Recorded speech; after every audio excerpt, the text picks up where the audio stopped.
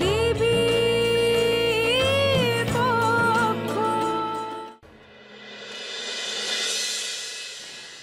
আমি জানি সূর্য, দেবীকে তুমি কতটা ভালোবাসো আমি জানি।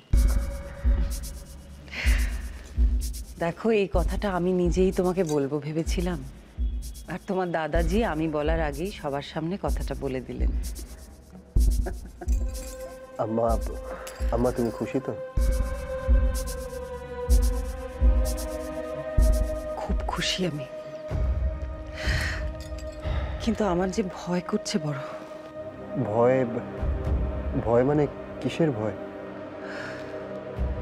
আমাদের পারিবারিক ব্যবসাটা সহজ নয়, অনেক ঝুঁকি আছে।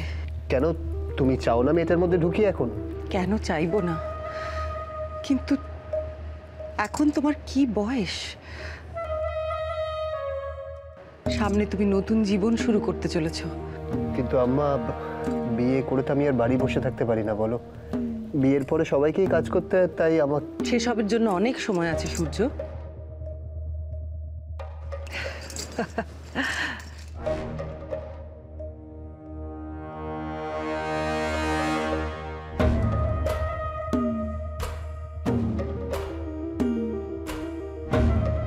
এই নাও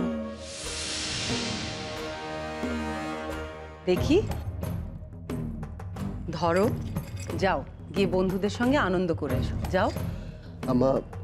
আমার ছোট ভাই দেবু, ও কাজ ফেলে আনন্দ করবে না, আমি করলে লোকে কি বলবে বলো? আমি তো বলছি তোমায়, তুমি আমার কথা শোনো সূর্য। তুমি তো জানো লোকের কথায় আমি পাত্তা দিই না। আর দাদাজি?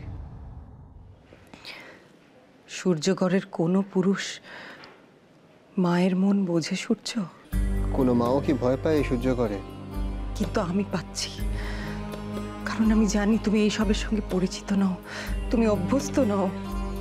কোনো না কোনো দিন তো শুরু করতেই হবে আম্মা। এখন নয়, তোমার কোনো ক্ষতি। আম্মা, আম্মা তুমি আমাকে এতটা ভালোবাসো? তোমরা ছাড়া আমার আর কে আছে বলো?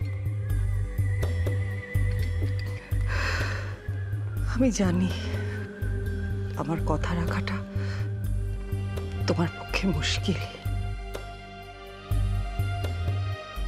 তাও বললাম যদি রাখো খুশি হব।